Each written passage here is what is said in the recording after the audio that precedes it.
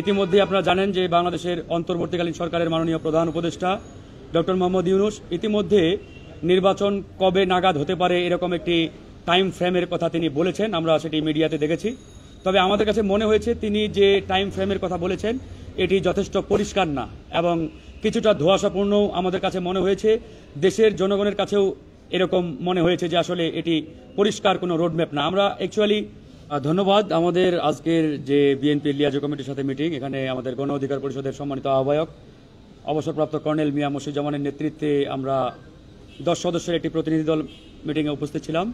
তো দেশের বর্তমান সার্বিক পরিস্থিতিতে আমাদের আলোচনা হয়েছে এবং ইতিমধ্যে আপনারা জানেন যে বাংলাদেশের অন্তর্বর্তীকালীন সরকারের মাননীয় প্রধান উপদেষ্টা ডক্টর মোহাম্মদ ইউনূস ইতিমধ্যে নির্বাচন কবে নাগাদ হতে পারে এরকম একটি টাইম ফ্রেমের কথা তিনি বলেছেন। আমরা সেটি মিডিয়াতে দেখেছি।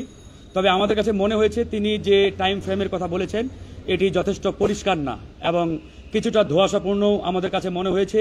দেশের জনগণের কাছেও এরকম মনে হয়েছে যে আসলে এটি পরিষ্কার কোনো রোডম্যাপ না। আমরা অ্যাকচুয়ালি উনার কাছে একটা পরিষ্কার রোডম্যাপ চেয়েছিলাম যে উনারা আসলে কি কি সংস্কার করতে চান, কত সময়ের মধ্যে করতে চান এবং সেই সংস্কার করে নির্বাচনের দিকে যাবে এবং একটি রাজনৈতিক সরকারের কাছে তারা ক্ষমতা শান্তিপূর্ণভাবে হস্তান্তর করবে।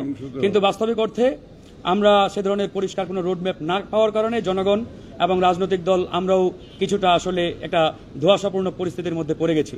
আমরাও চাই, জনগণও চাই যে অতি দ্রুত যাতে একটি সুন্দর জনগণের কাছে গ্রহণযোগ্য নির্বাচনের মাধ্যমে আমরা একটি নির্বাচিত সরকারের কাছে আমরা ক্ষমতা হস্তান্তর করতে পারি এবং নির্বাচিত সরকার আগামীর বাংলাদেশে যে জনগণের প্রত্যাশিত সংস্কার সেই সংস্কারগুলো তারা ইনশাআল্লাহ সেই পার্লামেন্টের মাধ্যমেই করবে।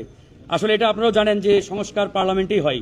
পার্লামেন্ট হচ্ছে জনগণের নির্বাচিত প্রতিনিধিদের সংসদ বা সংস্থা।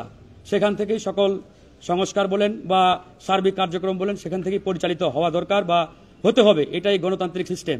কিন্তু বাস্তবিক অর্থে আমরা যত দূরে চলে যাব সেই সিস্টেম থেকে তত দ্রুত কিন্তু তত সমস্যাগুলো যে ইতিমধ্যে দেখা দিয়েছে বাংলাদেশে বা দিচ্ছে এগুলো আরও প্রকট হবে।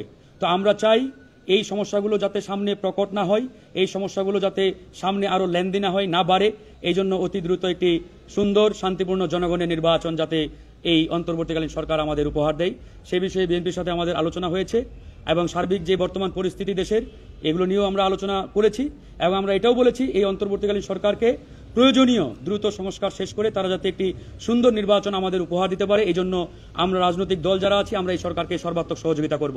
এই জন্য এই সরকারকে চাইতে হবে এবং তাদের সেই মানসিকতা থাকতে হবে জনগণের আকাঙ্ক্ষার প্রতি সম্মান দেখিয়ে তারা যাতে জনগণ কি চায় সেটা বুঝতে পেরে অতি দ্রুত সেই সিদ্ধান্ত নেয়। সেই জন্য আমরা আজকে আলোচনা করেছি। আশা করি সরকার আমাদের জনগণ এবং রাজনৈতিক দলগুলোর আকাঙ্ক্ষার প্রতি সম্মান রেখে তারা একটি দ্রুত জনগণের আকাঙ্ক্ষিত নির্বাচনের দিকে তারা এগিয়ে যাবে।